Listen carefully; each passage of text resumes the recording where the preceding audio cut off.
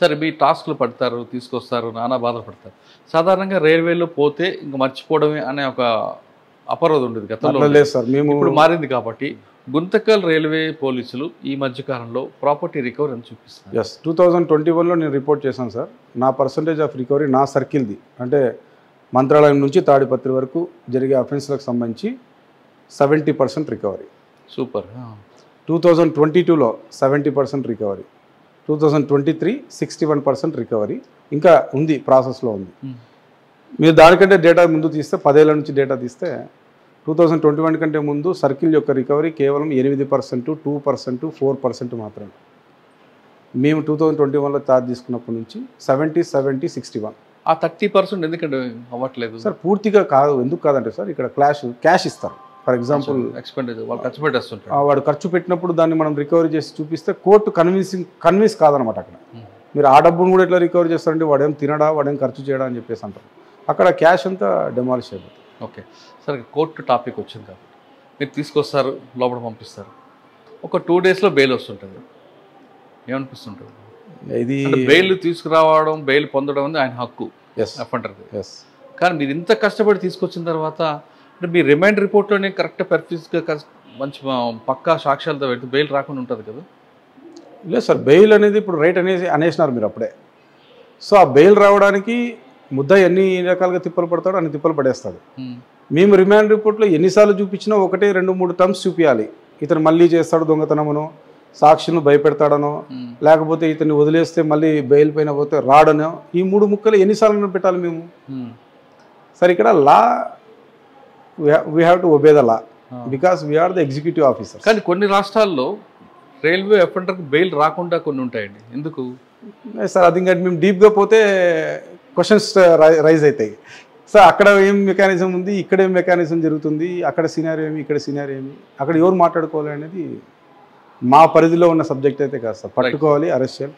Okay sir, Guntakal డివిజన్లో మీకు బాగా ఛాలెంజ్ ఇచ్చే గ్యాంగ్స్ ఏమి కనిపిస్తున్నాయి? అంటే మహారాష్ట్ర నుంచి పార్దీ గ్యాంగా, లేదా రాజస్థాన్ సిక్కా గ్యాంగా, ఇంకే గ్యాంగ్స్ ఎక్కువగా? మెయిన్ షోలాపూర్ నుంచి వచ్చే, షోలాపూర్ అనే కాదు సార్, మహారాష్ట్ర స్టేట్ నుంచి కొన్ని గ్యాంగ్స్ ఉన్నాయి, స్పెసిఫిక్గా యాక్టివ్ ఉన్నాయి. అవి వాళ్ళ మూమెంట్ కొద్దిగా ఎక్కువ కట్టెలు చేయాలి ఖచ్చితంగా వాళ్ళు. ఎందుకంటే ఈ సమ్మర్ సీజన్లో ఎక్కువ వస్తారు వాళ్ళు.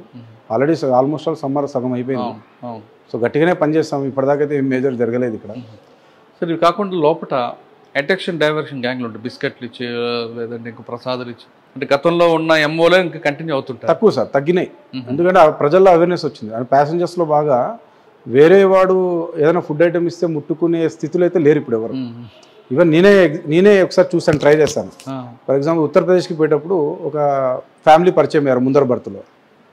నేను ఎంత అంటే నేను ఏదో పల్సెస్ అవి చేసుకొని తింటా ఉన్నాం, తీసుకున్నాం అంటే నో, వాళ్ళు మాకు ఇవ్వట్లేదు, మేము వాళ్ళకి ఇచ్చి తినట్లేదు. అంటే ఎట్లా ఉందంటే వాళ్ళ స్ట్రాటజీ, వద్దు మేము ముట్టము. తర్వాత లాస్ట్ వాళ్ళని అప్రిషియేట్ చేసినాను, ఇదే మెయింటైన్ చేయండి. రైల్వే స్టేషన్ ట్రైన్లలో ఎవరిది ఏ వస్తువు ముట్టొద్దండి. ఎంత నమ్మించినా ఎంత మాట్లాడినా నమ్మొద్దండి. మనకి స్ట్రేంజర్స్గానే అనుకోవాలి, వాళ్ళ అనుమానితులుగానే అనుకోవాలి వాళ్ళని.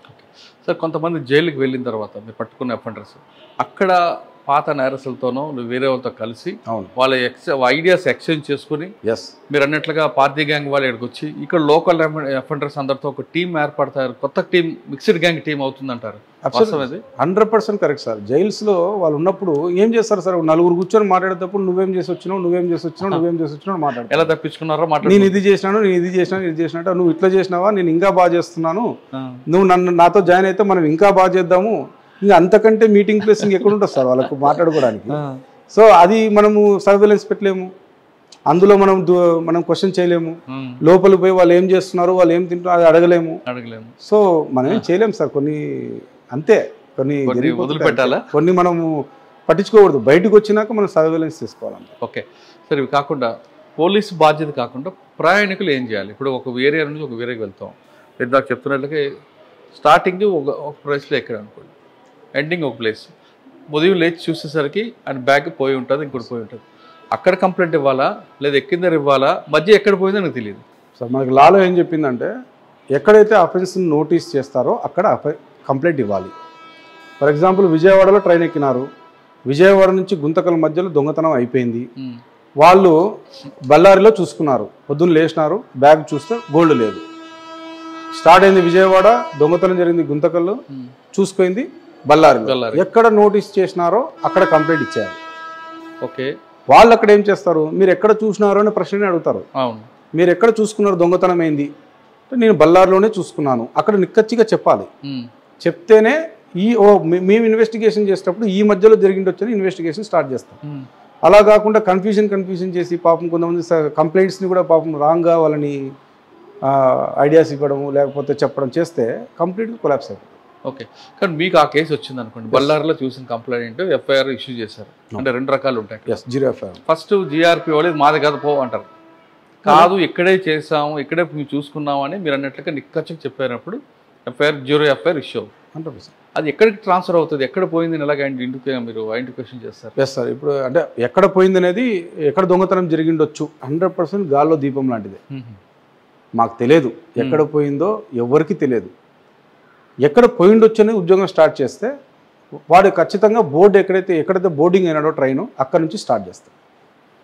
విజయవాడలో ఎక్కినాడు, అక్కడేమైనా అయిందా దొంగతనం, ట్రైన్ లిమిట్స్ వరకు లేదు, అక్కడేం కాలేదు, అక్కడ ఏమైనా అనుమానితులు ఎక్కినారా, ఆ రిజర్వేషన్ చార్ట్ ఏమి, ఎవరెవరు వాళ్ళతో పాటు తిరిగినారు, లేదు నెక్స్ట్ స్టేషన్ ఏమి, next main station for example Guntur ఉంది, గుంటూరులో సీసీ కెమెరాలు వెరిఫై చేయడము, అట్లా స్టెప్ బై స్టెప్ చూసుకుంటే ఎక్కడో చోట. కరెక్టే, ఇంత లాంగ్ ప్రాసెస్లో చేసేంత ఓపిక ఉందంటారు మీ వాళ్ళు? సార్ చాలా ఓపికతో కూడినటువంటి సబ్జెక్టే.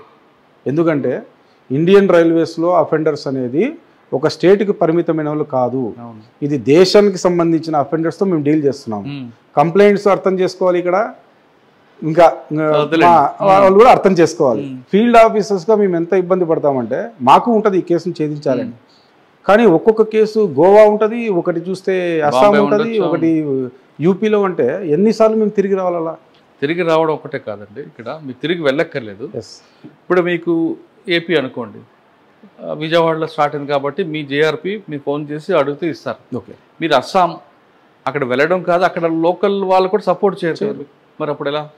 చాలా ఇంపాక్ట్గా సార్. అది ఇక్కడ లాస్ ఎవరైతారు అంటే మాదేముండదు, లాస్ పబ్లిక్ లాస్ అయిపోతుంది. కానీ పబ్లిక్ మీ మీద నిందిస్తుంది కదా, ఇప్పుడు రైల్వేలో పోయింది ఇంకా మర్చిపోయారు అని. అక్కడ అదే సార్ జరుగుతుండేది. అక్కడ మ్యాక్సిమం మన ఎంత ఎఫర్ట్ ఉందో అంత ఎఫర్ట్ అయితే పెట్టాల్సిందే.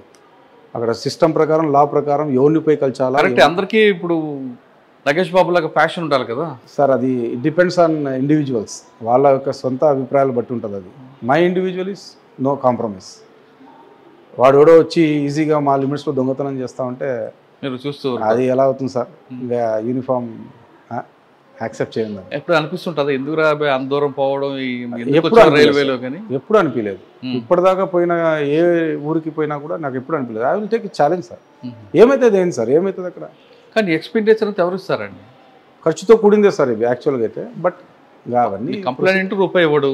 అవును సార్, గవర్నమెంట్ కూడా కొంతవరకు సపోర్ట్ చేస్తుంది. అవును సార్, మీ పాకెట్లో పెట్టుకోవాల్సి వస్తుంది కదా. అన్ని పాకెట్లు అయితే పెట్టాం సార్ మేము కూడా, అది జరిగిపోతుంటుంది సార్ అంతే.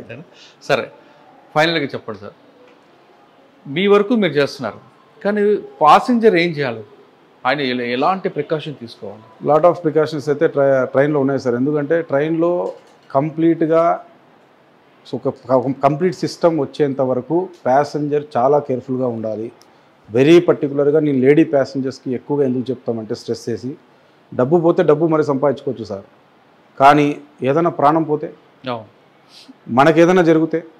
నేను ఒక ఇంటర్వ్యూలో చూశాను, సరదాగా అలీతో అనే ఇంటర్వ్యూలో, ఒకానొక ఆర్టిస్ట్ ట్రైన్లో ఎక్కి, ట్రైన్ అంటేనే ఆమెకు వైబ్రేషన్స్ వస్తాయంట, ఎందుకంటే తనకు ఒక ఇన్సిడెంట్ జరిగింది తన కెరీర్లో అని. సార్ అలాంటి ఇన్సిడెంట్స్ ఎన్నో జరుగుతుంటాయి ట్రైన్లో. ఆ లేడీ ప్యాసింజర్స్కి నేను చెప్పే రిక్వెస్ట్ ఏమంటే, దయచేసి మిడ్ నైట్స్లలో మీరు మేలుకొని లోన్లీగా ఎక్కడికి పోద్దండి. ఈవెన్ ట్రైన్లో అయినా కూడా బాత్రూమ్స్కి పోవాలా, యూరినల్స్కి అంటే టాయిలెట్స్ యూస్ చేసుకోవాలంటే దయచేసి 9-10 లోపు జనాలు తిరిగే టైం లోపు కంప్లీట్ చేసుకొని సైలెంట్గా పడుకోండి. వాటర్ తక్కువ తీసుకోండి. మళ్ళీ ఆఫ్టర్ మార్నింగ్ అయిన తర్వాత మీ లైఫ్ స్టైల్ మీరు డెస్టినేషన్ పోయినాక చేసుకోవచ్చు. అదొకటి సార్. రెండవది, రైల్వే సంబంధము, రైల్వే వాళ్ళు ఏం చేస్తున్నారు, మా ప్రాపర్టీ పోయింది అనేది అంటే నేను క్వశ్చన్ అడుగుతాను ప్యాసింజర్స్కి, మీరు ఎంత ప్రాపర్టీ తెస్తున్నారో మాకేమైనా చెప్తారా? చెప్పారు. మీరు ఎంత తీసుకొస్తున్నారు అనేది అకౌంటబిలిటీ ఏమైనా చేస్తున్నారా? మీరు అకౌంటబిలిటీ చేయనంత వరకు అది మా సొత్తు కాదు, అది మీ సొత్తే. మీరు ఎంత క్యారీ చేస్తున్నారో చెప్పరు, లోపల ఇంత ఉంది అంత ఉంది అంటే జస్ట్ దాని మీద మేము ప్రొటెక్షన్ మీకు ఇవ్వాలంటే is highly impossible. So be practical.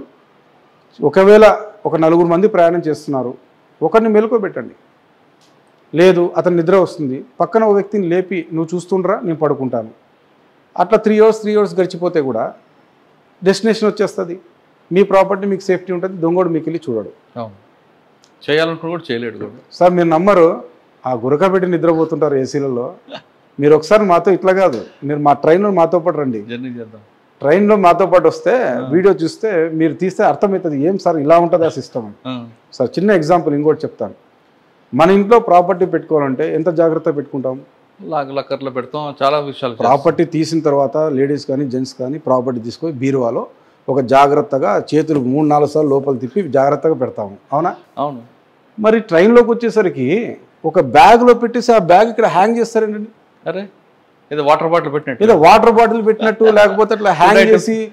మీరు నమ్మరు సార్, ఏసీలలో చూడండి చాలామంది గతంలో పాతకాలంలో ఆ లేడీ ప్యాసింజర్స్ ఎవరన్నా కానీ తక్కువ బంగారు క్యారీ చేసేవాళ్ళు, లేదా వాళ్ళు ఒక సీక్రెట్ ప్లేస్లో వాళ్ళు జాగ్రత్తగా పెట్టుకునేవాళ్ళు జాగ్రత్తగా. ఇప్పుడు అందరికీ బ్యాగ్ పర్సులు తీసుకోవడం ఇట్ బికమే వాళ్ళకి ప్యాషన్ అని కూడా వాళ్ళ ఇష్టం అది. కానీ ప్రాపర్టీస్ని కూడా పెద్ద పెద్ద ప్రాపర్టీస్ని అంత ఈజీ క్యారింగ్లో పెట్టేసి అక్కడ హ్యాంగ్ చేస్తే వాడు చేయాల్సిన పని ఏం సార్? ఇక్కడ ప్రాపర్టీ కావాలంటే ఆ బ్యాగ్ తీసుకుని వెళ్ళిపోతే అయిపోయింది కదా. అంటే వాళ్ళ ఇంటెన్షన్ ఏంటంటే ఏసీ బోగిలో ఉంటే సెక్యూరిటీ ఉంటుంది, బయట నుంచి ఎవరు రారు, డోర్ లాక్ ఉంటుంది, టీసీ ఉంటాడు, అటెండర్ ఉంటాడు, కాబట్టి కొత్త వాళ్ళు రారు అనేది వాళ్ళ భ్రమ.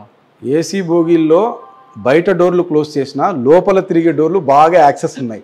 అవును, ఇది ఫ్యాక్ట్ మాట్లాడుకుంటే సార్ ఎవడైనా తిరుగుతాడు. ఈవెన్ బెడ్ రోలర్ ఎవడైతే బెడ్ వేస్తాడో, మీకు ఎవరైతే బ్లాంకెట్స్ ఇస్తాడో వాడు కూడా తిరుగుతుంటాడు 10 సార్లు. వాడు మంచోడని ఎలా అనుకుంటాం? అవును, వాడు చూసి కూడా వాడికి కూడా చెడు బుద్ధి పుట్టచ్చు.